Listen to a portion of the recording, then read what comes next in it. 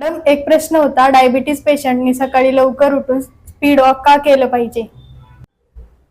Diabetes पेशंटने सकाळी लवकर उठून कमीत कमी 5 किलोमीटर फास्ट वॉक केला पाहिजे. वॉक करताना त्यांनी हाताचा स्विंग पण जोरात केला पाहिजे. हाताचा स्विंग म्हणजे काय तर मागे पुढे हात जोरात हलवणे चालताना. आणि याच्यामुळे काय होणार आहे, सकाळची जी हवा असते त्याच्यामध्ये ऑक्सिजन लेवल हा जास्त असतो आणि फास्ट वॉक केल्यामुळे त्यांना जो घाम येतो शरीरातून, यामुळे त्यांची शुगर लेवल मेंटेन मध्ये राहते. व्हिडिओ आवडला असेल तर लाईक, शेअर, सबस्क्राईब करा. मॅडम, एक प्रश्न होता, डायबिटीज पेशंटनी सकाळी लवकर उठून स्पीड वॉक का केलं पाहिजे?